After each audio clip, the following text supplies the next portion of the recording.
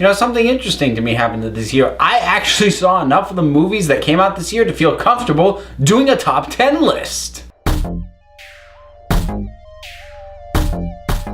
This is something I haven't started doing since I've started making videos. It's something I used to do back when I was blogging more, but at that point in time I was also seeing movies more frequently and closer to when they actually came out. These days, my free time, not a ton of it, so I tend to not get to movies right away, which you may have noticed from the fact that I don't have a lot of reviews up here. But you know what? It's the end of the year. I feel like I can do this. Now, I am still gonna say up front, I have not seen every movie that came out this year. It didn't even come close. There's still a lot of things that came out this year that I want to see but haven't gotten to. And I'm sure for people who had a more exhaustive experience in terms of the movies that came out this year, they're gonna see a lot of omissions, but this is based only around what I saw. So you know what? This is subjective as hell. With that cleared up and noted, starting at number 10, 300 Rise of an Empire. If I had known at the time I saw it that I was gonna be doing a top 10 at the end of the year, I never would have called putting this on there. It does not deserve to be any higher than this, but it does deserve some recognition for a couple of reasons. First off, it surprisingly manages to justify its own existence. I love 300. I understand why a lot of people don't. There's a lot of very legitimate criticisms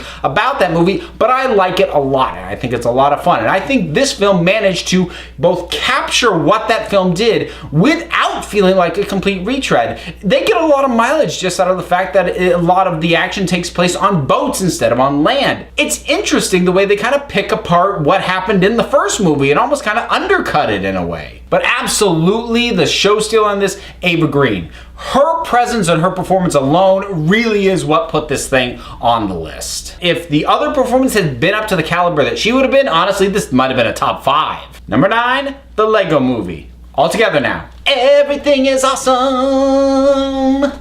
I just love the joy of this movie. I love that it is a movie about inventiveness and about creativity and about being a child. Visually, it's wonderful, recreating that sort of handmade Lego brick film look and using Lego for literally everything, even water effects. It's Lego. It's visually exactly what it needed to be, and story-wise, it's much deeper, it's much funnier, and it's just better than it had any right to be. Number 8, X-Men Days of Future Past. I'm really glad Bryan Singer came back to this franchise, and I'm glad he brought everybody along with him. I love the marrying of the original cast and the cast from First Class. I feel like it was a really good send-off for the original cast, and now it kind of feels okay that we're probably done with them. It felt wrong and it felt sore having the last film of that group be X-Men The Last Stand. Now, you know what? It feels good. I feel like I can move on now. Number 7, Edge of Tomorrow. Man, this is a movie that had a tough go of it. I don't know if it was the Tom Cruise thing or the title that people didn't like, but this thing deserved to be seen way more than it actually was. I think maybe the title was part of it. Edge of Tomorrow is a bit of a generic title, and to the point that actually Live, Die, Repeat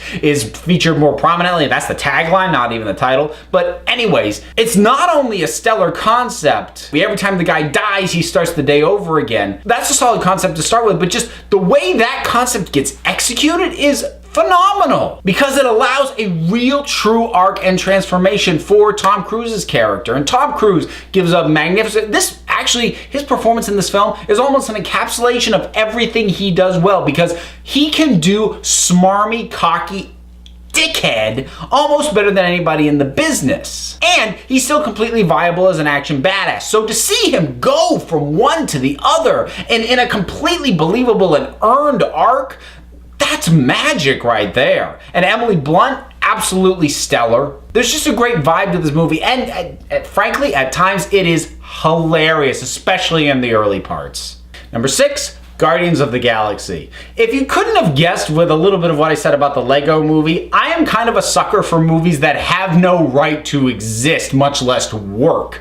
And you know what? Guardians of the Galaxy definitely fits that model. A bunch of characters nobody's heard of, nobody cares about, and should be way too weird to ever succeed in a mainstream film. Being given a massive budget to actually realize this stuff correctly, this is a thing of beauty. Because honestly, this is the kind of movie that did get made a lot back kind of in the 80s, but never had the budget to do it right. There were tons of sort of would-be Star Wars with lots of really weird ideas and weird aliens Aliens. They were a dime a dozen, but they were all crap because they had no money. This one, Marvel put the money and the support behind James Gunn and his vision of these characters and of this story. It's just a blast. This was just fun, incredibly fun. There's no better word for this movie. The characters are fun, the action is fun, the movie is just condensed fun.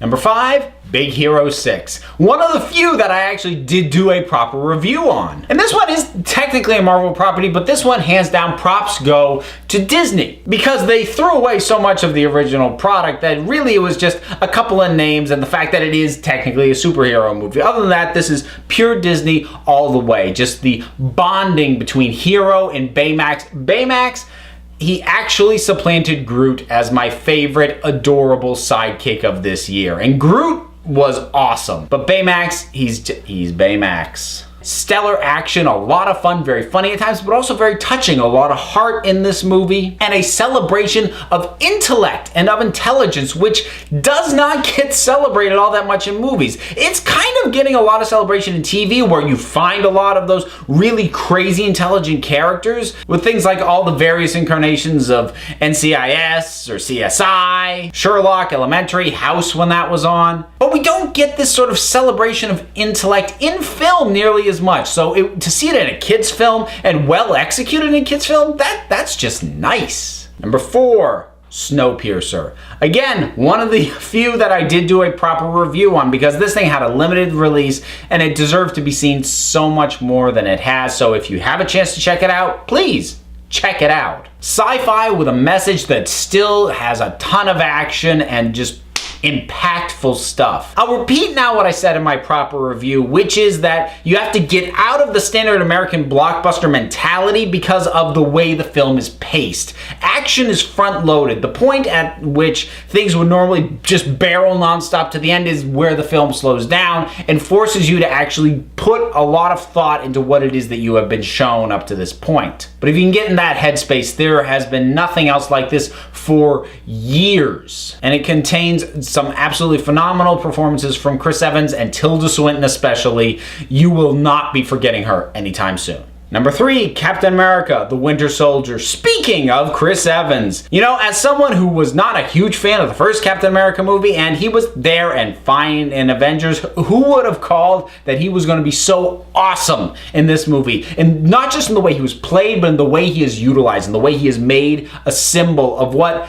America at one point really wanted to be, and what maybe we probably should still be trying to be, but we clearly aren't anymore. And that is the heart of his clash with S.H.I.E.L.D. and the way they do things. I mean, I mentioned Guardians of the Galaxy. That was just brave and bold and fun. This has a lot on its mind, and it goes to the point that superheroes can do anything. They don't have to just be big cartoonish action. They can be, and they can do that very well.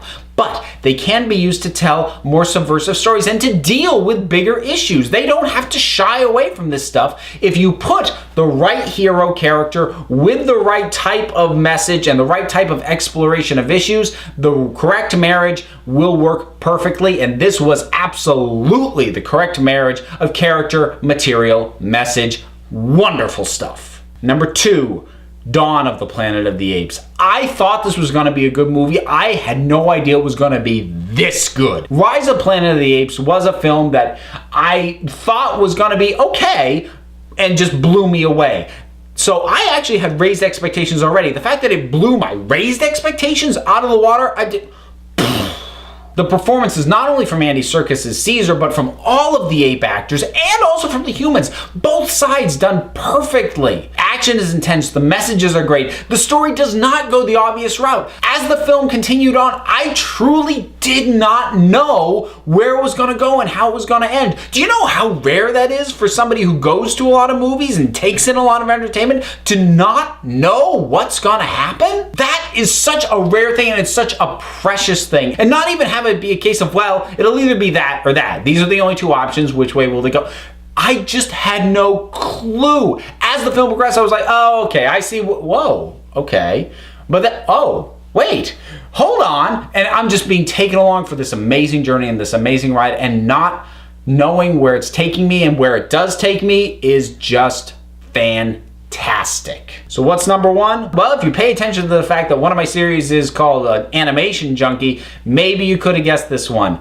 How to Train Your Dragon 2. This was undoubtedly my favorite time at the movies this year. I remember the first How to Train Your Dragon was one of the few films, along with Avatar, that I would say go and see it in 3D. It's worth the extra money because the flying in 3D was amazing. But it's not just the flying, the story. I mean, the story on the first one was great, and this sort of bonding between Hiccup and Toothless and what was going on with Hiccup and his dad. But now the way the whole story has progressed and evolved, and we're seeing Hiccup's journey as he becomes a man. I mean, how rare is it for an animated film ostensibly aimed at kids to basically be truly about growing up, not about sort of not being a kid, but becoming an adult? I mean, that it doesn't happen often. Where do we? The Lion King did that. Very few animated films ever tackle this, and this film tackles it amazingly. And again, like Dawn of Planet of the Apes, it takes a number of turns that I absolutely would not have called. There are certain things that happen in the plot that I think, oh,